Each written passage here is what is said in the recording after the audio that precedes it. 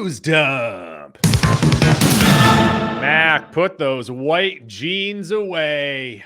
Do you own white jeans?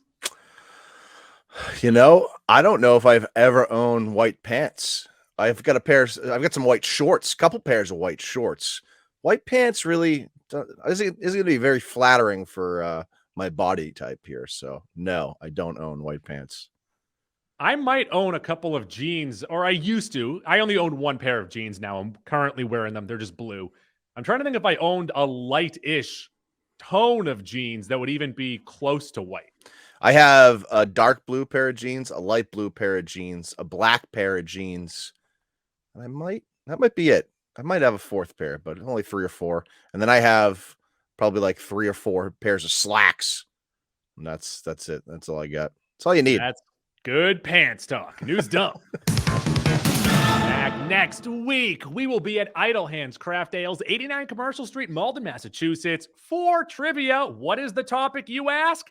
80s movie trivia. Yeah, 80s movies. So if you've seen a movie with a pretty shitty soundtrack, it's probably from the 80s, and you can probably come do well at this trivia. Yep, just, think of the big staples of the decade.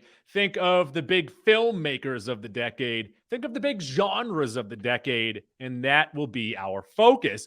Also, at Idle Hands Craft Ales, 89 Commercial Street, Malden, Massachusetts, this weekend on Saturday, the 9th, I believe, September 9th, Oktoberfest. Yep. Begins at noon. I don't know how late they're going to, 10 or 11, I believe. There'll be a dunk tank there all day with some local media and celebrity type Kevin folks. Lemanowitz. Also, the Stein hoisting competition takes place at 4 p.m., which our very own Dr. Joe has won 3 or 4 times in the last 4 or 5 years now. And you will be hosting it. I was going to say, I think the bigger news here is that I'm hosting it. Yeah. Get Dr. Joe out of here. You're only hosting it with the hope of eliminating Joe. I'm only hosting it because Keith couldn't make it. And the other part of this, which I did not realize, is if you win this regional, it's a little bit of a dodgeball situation here. If you win this regional Stein hoisting competition, you go to the state meeting on October 1st for the state Stein hoisting championship. I thought when you brought up dodgeball, you were going to say that I can throw wrenches at Doc. Blade, laser, blazer. So tons going on at Idle Hands. News dump. R.I.P. music. Yeah, the lead singer of Smash Mouth died. It was oddly notable news. I guess because he was kind of younger, right? He was in his 50s. I know that it was an alcohol-related thing, correct? I think it was maybe stemming from that. They were one of the worst Twitter follows on the internet, so that's not a major loss for the world here. It's not like they were going to make more music, so I'm not losing sleep over the Smash Mouth guy. Someone who some people are losing sleep over here, Goo. I believe he was 80 something or in his late 70s. Jimmy Buffett passed away, and I wouldn't say I'm a Jimmy Buffett fan, but I respect Jimmy Buffett's branding and Jimmy Buffett as a businessman. That man made a lot of money. I'm a bigger fan of Coconut Pete. But let's get back to Harwell, I believe his name was, from Smash Mouth. They had a little stint on the Drew Carey show. Credit to them. Smash Mouth did? I believe they were in an episode. Okay. I don't know. Drew was in a band. He had an accordion. All right. Sure. And then, of course, Shrek. Yep. Which I believe he hated being known as the Shrek Band. All-Star, fun fact, not made for Shrek, yet that was the anthem for Shrek. It was actually made for Mystery Men. It is, yeah, which came out, a full 2 or 3 years prior? 99, because he played that song at the Fenway All-Star game. Shrek was 01, I think. It's 01. It's weird that song ended up being associated with that movie when it came out 2 or 3 years prior. Definitely their biggest hit, and of course, you've heard that on this program many a times. Listen, Smash Mouth made music that people know, so people, I guess, will be affected by the death of the lead, but good God, did I not lose not even a second of sleep. And they broke onto the scene with the song Might As Well Be Walking on the Sun. Might as well be walking on the sun. Do you know what the meaning of that song is? What that song was written about? Oh, it's got to be drug related, right? You are incorrect. It is about the LA riots and racial injustice. Okay. All right. Didn't see that coming, especially from Smash Mouth, and especially knowing their Twitter presence the last decade or so. Q, the biggest takeaway from these two deaths is who's next? Bad things come in threes. We've got these two, although you could argue the Smash Mouth wasn't that bad. Who's the third one? Who do you get high in your death pool here? Hope it's not Fred Durst. Would Bob Barker be the third one? So he was the first one? I feel like it had to be another musician. Okay. All right. Yeah. I you know what? I wouldn't want Fred Durst to die. I like Fred Durst. Fred Durst. Might as well be walking on the sun. Boop, boop, boop, boop. News dope. Finally, it has happened. We have our actor movie crossover grid. And I'll tell you this right now. This is the first time I've really dug into crossover grid over immaculate grid. By the way, you can search these online. Generally, you have teams, you have players, and you try and, match them up with certain teams that they've gone with. But now they have one for movies. And can you explain it, Mac? Yeah, essentially it's a 3x3 square. And you have to, when the two squares intersect, you have to match something that qualifies for both of those two titles, whether it be a Rotten Tomatoes score, an award, or an actor or actress. I am surprisingly not great at this. Okay. It's harder than you would expect. I'm better at the sports ones. Well, I also have a bit of a grudge towards the crossover grids versus immaculate, because when crossover grids first debuted, there was a lot of errors and a lot of things didn't count that should have. So I have a little bit of a grudge towards them. They use funky stats, and I like their funky stats. I just opened up the actors grid. Have you done today's yet? No, I haven't done. I've only done 2 or 3 of them so far. Let's rip it as quick as we can. Live. All right. Okay, across the board, we have Scarlett Johansson. The whole thing is you can't reuse a movie that you've already used. Correct. So we have Scarlett Johansson, Samuel L. Jackson, Chris Pratt. That's the top 3. Yep. And then going down the side, we have Marvel, animated, and Best Picture nominee. So Scarlett Johansson, let's go Iron Man 2. For Samuel L. Jackson, Iron Man 1. Iron Man. Where is Iron Man? For Chris Pratt, Infinity War. Then animated, My Dad's a Pair of Pants. Animated. Onward. Oh, for Chris Pratt. Yep. Animated for SLJ. I don't know if I know an SLJ animated movie. Incredibles 2 for Sam L. Jackson. Good call. For Scarlett Johansson, either of the Sing movies. She's in Sing, huh? Yes, she is.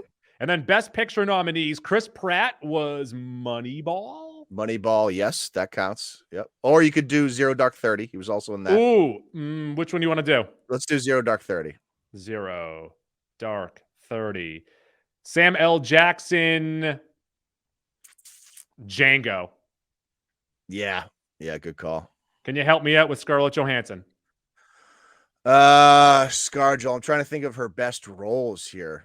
I'm trying to think, what was that early movie that she was in, and she was young, and I can't think of what it is right now. With Lost in Translation. There we go. Boom. That's the first time and not the last time that we will kill time. 9 for 9. Pretty good. 9 for 9. What was our percentage? Our score is a 219.11, rank 258. High five. Right. We'll take that. High five. Very nice. Yeah. So we like this. Teamwork. Yeah. I actually only want to do it on News Dump once a week now. We'll just do it on News Dump once a week. News Dump.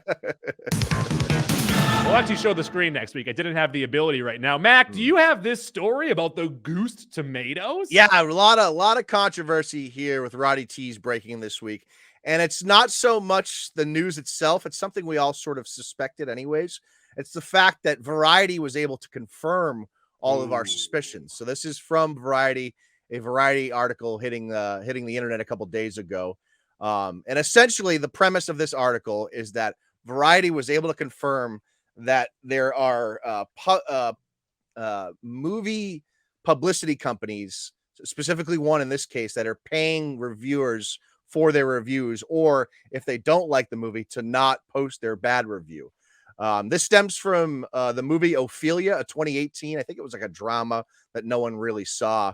The movie publicity company is called Bunker 15. And the big thing here, Goo, and this is, when we started this podcast, Rotten Tomatoes, I would say, was more reliable, or was a little Absolutely. more accurate, or we'd agreed a little more with. And what has happened since, for better or worse? So as of 2017 or 2018, 78% of Rotten Tomatoes reviewers were white males. So inherently there's an issue there, because that's not the average movie audience. So since in the last few years, they have really broadened their horizons and have approved over 1,000 new reviewers that can post and be qualified for critic scores on Rotten Tomatoes. The catch-22 here, Goo, is because a lot of these are small-time blogs, small-time podcasts, and whatnot. These are a lot of people that aren't making money and trying to make money in this field. So these companies like Bunker 15 have really figured out that they can pay these small-time reviewers that count just as much as a New York Times review on Rotten Tomatoes, 50, 100, whatever money it is, to post a more favorable review of a movie, or if they didn't like the movie, to sort of bury their negative review. And it's tough, because I really love the idea of Rotten Tomatoes. People describe it as a movie, hot or not, and that's exactly what it is. But we've come so far down the path here. I mean, the site's over 25 years old now. It's just, it's so easy to play with the score. And we see every time we get a new release, the embargoes are in place because the people releasing the movie are afraid to lampoon their score. So they don't let anyone release their score sometimes till a couple days before, because the whole thing now is the pre-sale of tickets. And that's how you rope people in that first weekend, because once the movie's out and the score's out and it's not good, that's where you see those precipitous second weekend drops of 70%, 75% fall off. And so the studios are really trying to avoid that. So this is a story we've all sort of suspected. We all kind of figured something like this was going on. It's just it's a little shocking that they were able to confirm it. So that's, and to back that too, to show how the scores have changed. In a study done by Global News in 2016, Goo, the average Rotten Tomatoes critic score was in the low 50s for a movie, which makes sense. Out of 100, the average score would be right around 50, which is considered rotten, anything under 60.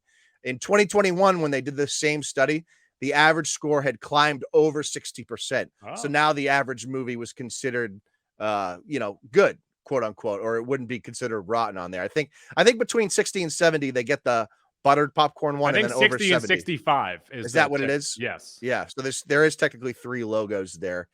So this is a tough one, really. To us, it doesn't really affect us because we don't necessarily let these scores affect the way we view movies, but it is true for the common folk. And there was another stat in there. It said something like a third of all theater goers look at Rotten Tomatoes before they buy movie tickets, which is an awful lot of people spending money at the theater. So this is significant in one aspect, and really doesn't mean anything in another aspect. So it's just it's a good article if you want to read it. It's on Variety. It's just really confirming a lot of things that we've sort of talked about in the past. I guess the big question that everyone wants to know is, what do you have to say for yourself? Goo, my favorite fun fact from Yes. this, by the way, Yeah. it's a little nugget buried in there right at the beginning of the story. Do you have any clue how Rotten Tomatoes was started, or the initial idea for the website? No. This is an incredible fun fact. The quote from the story: "But the site has come a long way from its founding in 1998 by UC Berkeley grads, one of whom wanted a place to catalog reviews of Jackie Chan movies." So this man was so passionate about Jackie Chan movies, he said, "I need to create a website to catalog my reviews." And that was the essence, one of the essences of the genesis of Rotten Tomatoes. By the way, we couldn't get onto Rotten Tomatoes. I think if we applied now, we might be able to, but at this point, who cares? Yeah. Roddy Tees. Fuck you, Roddy Tees. News dump. Got some box office newbies. For the first time since the year 2001, none of the 3 highest grossing movies this year are sequels. Yeah, pretty significant. And it also says a lot about the movie industry, I guess, over the last 25 years. So I'm happy that, this is a year that will stand out forever. because of Barbie and Oppenheimer. I hope we get more years like this in the future. My hand's up. Can Ooh, you? go ahead. Can we also point out that this is kind of a bullshit stat because it's 3 existing IPs? Explain yourself. Barbie, Mario, and Oppenheimer. Things Oh, that okay. people Sure. know. Sure. And they're all going to get sequels. Oppenheimer's for sure not getting a sequel. We're definitely going to get a sequel for Oppenheimer. It made too much money. I hope Barbie does not get a sequel. Let that stand as What if all 3 cross over? Mario's going to get like 5 movies for sure. It's going to turn into what Mario what are those little yellow things? Nintendo is going to get like 20 movies. I know, but Mario specifically is going to end up like what's Gru in those yellow things? Minions. That's what Mario's going to attract towards. Do you think they'll cross over? I'm a gentle minion. I do like this. News done. Got a little teaser for Loki season 2, and he is being pulled every which way but up. Yeah, this is out in a month, Goo, October 6th. I'm so excited. I'm very excited as well. And we're getting, at least I got some vibes here from the Tom Cruise, Emily Blunt movie, Live, Die, Repeat, where it almost looks like because there's so much chaos and across time here that he's going to be popping in and out or might have to repeat some things here. And it also shows off in this teaser, Loki and Sylvie working together, which probably tells you he's going to catch back up with Sylvie pretty early on in this season. Yeah, also, this teaser, I think, shows more of Jonathan Majors than the entire trailer did.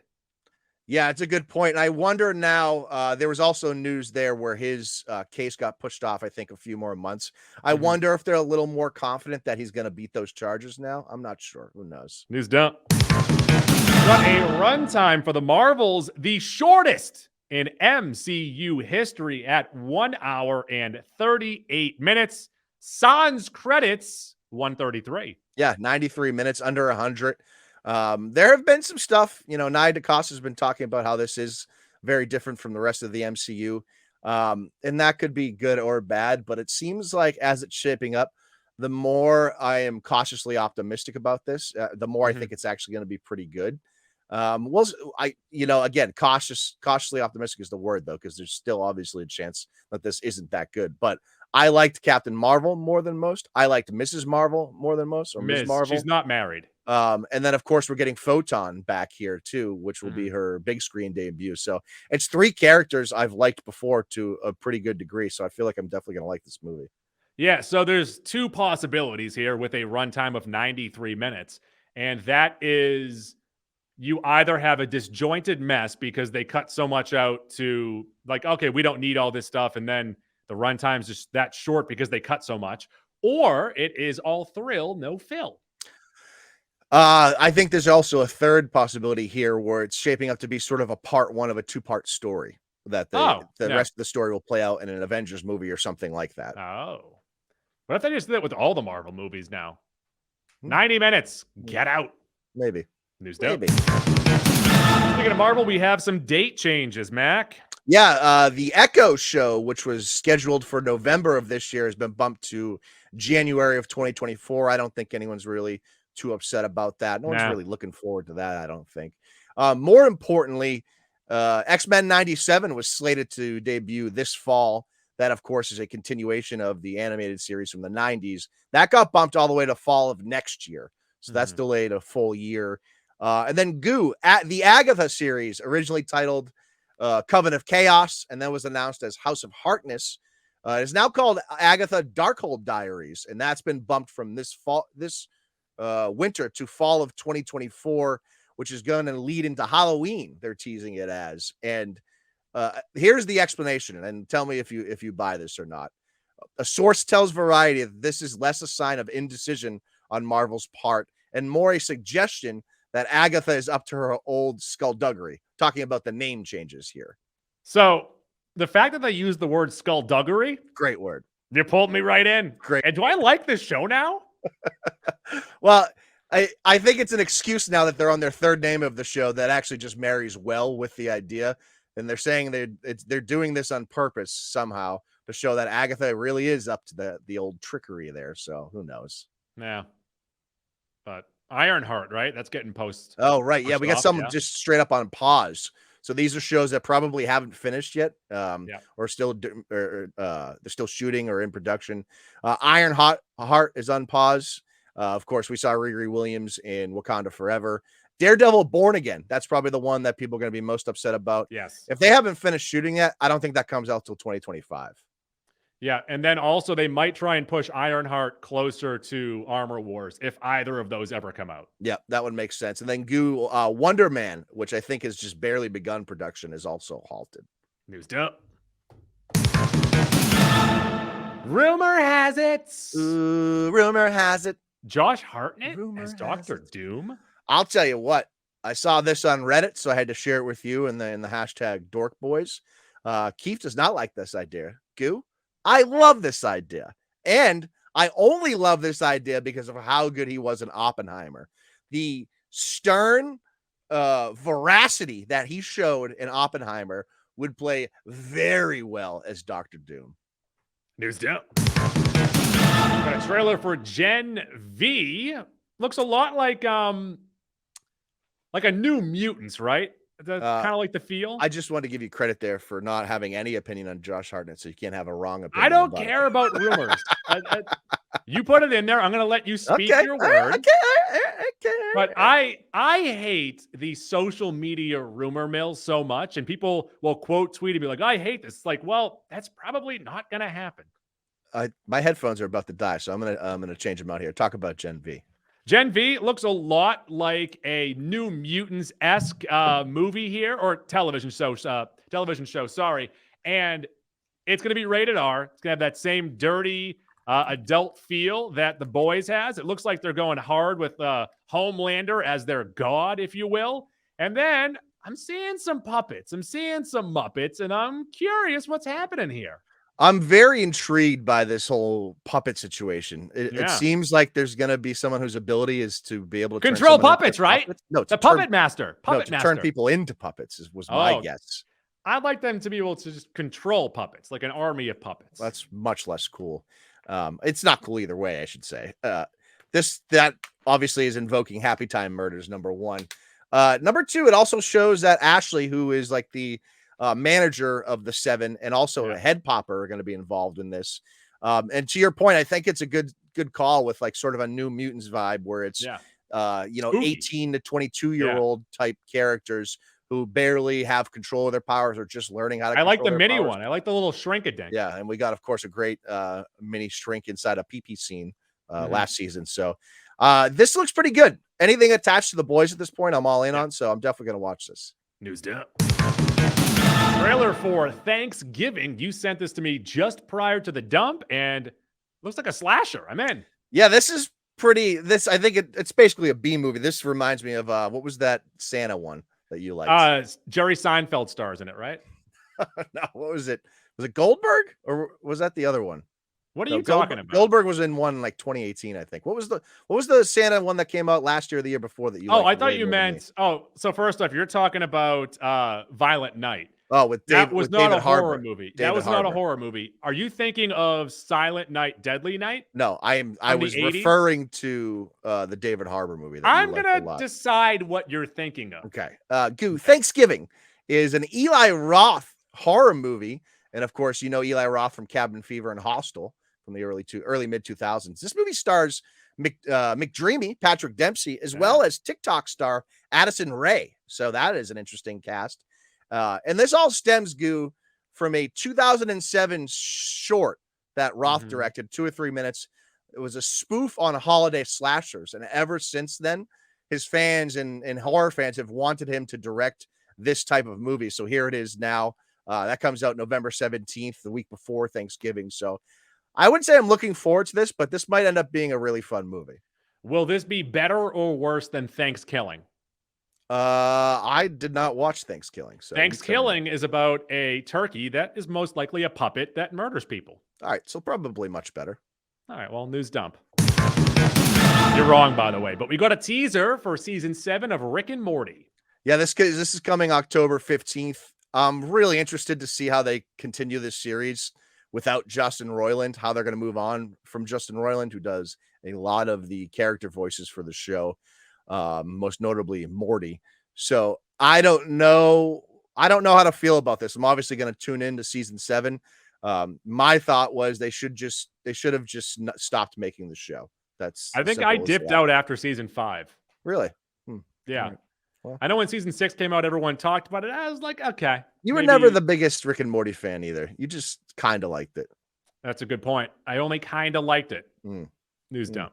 How to with John Wilson. As we go on, we remember. Why are we singing this? This HBO show has come to an end after 3 seasons. Oh, This, if anyone hadn't seen it or haven't heard me talk about it before, it's produced by Nathan Fielder, so it's sort of in that same vein as Nathan For You. The guy that hosted this show, or not host is not the term, created the show, is John Wilson, who lives in New York City.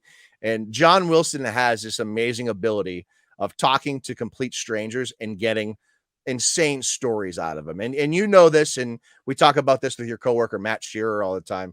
Some people just have that in them, that they're able to coax these things out of, people on the streets. And John Wilson had that. It's 3 seasons. I think each season is 6 or 8 episodes. So definitely go check that out on HBO if you like Nathan Fielder. News dump. Episode 4 of Ahsoka has come to us. And Mac, before you speak, let me tell you that I would have considered myself to be a dry sponge on the series going into this episode. And this episode has moistened me right up. Ooh, I like to hear that, Goo. I put this on the news dump a couple days ago, and my note was, it's making me Randy. I'm getting there. I'm liking it. I very much enjoyed the first 2 episodes. 3rd episode was kind of Mets and Mets, had a couple great scenes. This 4th episode was the best Star Wars thing I've seen, other than Rogue One, in probably the last 20 years. It was a great episode of television, a great piece of Star Wars, and I am really looking forward to the second half of the season. We just finished episode 4. There's 4 episodes left, and here's a nice little tidbit for you, Goo. A Reddit user by the name of the Return of the Sith has been tracking all the trailer footage and where it pops up in the show. What we have left, only 9 seconds of trailer footage left. So the last 4 episodes, completely sight unseen. So they could do anything. I've got high hopes. I do suspect I'm going to be disappointed by the end of the season, but so far it's been great. This has a chance to be a 40-dog season. So I'm hoping it sticks to the landing. And Goo, the other interesting thing here, which could really set us up for a disappointment next week. Star Wars is screening episode 5 in theaters across the country next Tuesday night. So that might tell you that something major is going to happen in episode 5. Are you going to go to the theaters for this? I looked into it, already sold out. It's they're doing it at Assembly in our area. So full theater already. Obviously we're going to get Thrawn, I think, but I'm interested to see how it happens. This is a Dave Filoni directed episode coming up too. So I really liked what the show has done. And you know me, I'm a sucker for lightsabers and Jedis. Lots of lightsabers. And that's what this show is. You know what? I'm really into them treating these as like, let's go to a theater and putting them in there for one day. Yep. That's a cool idea. Goo, by the way, so far, MVP of the season, Ray Stevenson. He's been awesome, great addition to the Star Wars universe. R.I.P. Also, I like how Sabine walks. Got that swag. Yeah, a little spice to her, like my mustache. News dump. We're mustache boys now. I didn't even realize this. We're both rocking mustaches in September. We're 2 months ahead of time. Yeah, well, I got to start growing it this early for it to be reasonable by September. I'm also growing mine for Rome. I'm going to Rome in October, and I need to. It's part. They don't let you in unless you have one. I have to get my hair, tightened up a little bit. I got to twirl my mustache. When we were there last time, someone on the streets was like, high five. I gave him a high five, and my wife's like, don't give people high fives. They're trying to steal your watch. And I'm like, joke's on them. I don't own a watch. Have you seen the TikTok videos of the people calling out the pickpockets in Italy? No. Oh, I'll start sending them to you. It's great content. Some person goes around in these squares and high tourist areas of Italy and looks for the pickpockets and calls them out. And the videos are so good. Pickpockets! I will watch that. Please send they're amazing. They're really good videos. You send me tons of crap I don't want. Send me that. Fuck you. Mac, there are some movies now available on home release. The Little Mermaid Disney Plus right now. I'll probably watch it over the next couple of weeks. I'm sometime when not really looking forward to it. TMNT Mutant Mayhem is on VOD. You can stream it. You got to pay money for it. I wouldn't pay money for it. Next Just week, wait a couple more weeks. Yeah, Paramount Plus, I think, in October. And then next week is Barbie. You'll have to pay money for that. And then I believe it'll be on HBO Max also in October. And I would guess that HBO Max, or as it's called now, Max, needs Barbie. It needs to put it on the streaming service. Like, please give this to us. We need it bad. It's interesting because I feel like it's obviously going to be, people are going to rewatch it, but I wonder how many first timers will be going to Max for it. Newsed up. And then finally, hashtag TBD, our Michael Myers podcast. Of course, the actor, not the murderer. Some would describe it as our best episode. This was something that you really wanted to do, so we did it. And we didn't even get bad feedback on it. We just got no feedback. No feedback. The worst. Well, so it was during a week, the last time that I went to Rome, actually, and we needed to record 2 episodes at once to then have them ready to put out there, week after week. So I'm like, okay, for the second episode, let's just do a bracket of Michael Myers characters. And you're like, I don't care. Sure. Yeah. Why and then we did it, and we're like, I don't know how well that plays. Yeah. We came out of it like, that's an episode. It's a lot like the Build a House episode from this past week. Build a House, light years better than the Michael Myers episode. So you would put the Michael Myers episode like bottom tier of Mac and Goo episodes, but the Build a House, like, not quite raccoon poop, but it's in the cabinet. It's last thing in the cabinet. I'll eat it. Should we do a tiering of Mac and Goo episodes with the serial tiers? How are you going to get little screen grabs of all fucking 8,000 episodes? That's up for Billy D. It's not my responsibility. I know that none of our episodes are kid tested, mother approved. No, for sure. That's an empty fucking thing right there. I say cunt too many times. There went this episode. All right, so that'll do it for this episode. Check us out next week. We have no topic yet. We might do houses again. Who knows? Yeah, why not? If you have a topic, send it to us, because we're swimming in puddles right now. Sure are. We're flopping. Sure are. We're like Magikarp right now. Turn us back into a Gyarados. Yeah, well, back into. I don't think you can devolve. Have you seen Digimon? Digital monsters, Digimon are the champions. Change into digital champions to change the digital world. Is that how it goes? Now it's time for girls jumping on trampolines.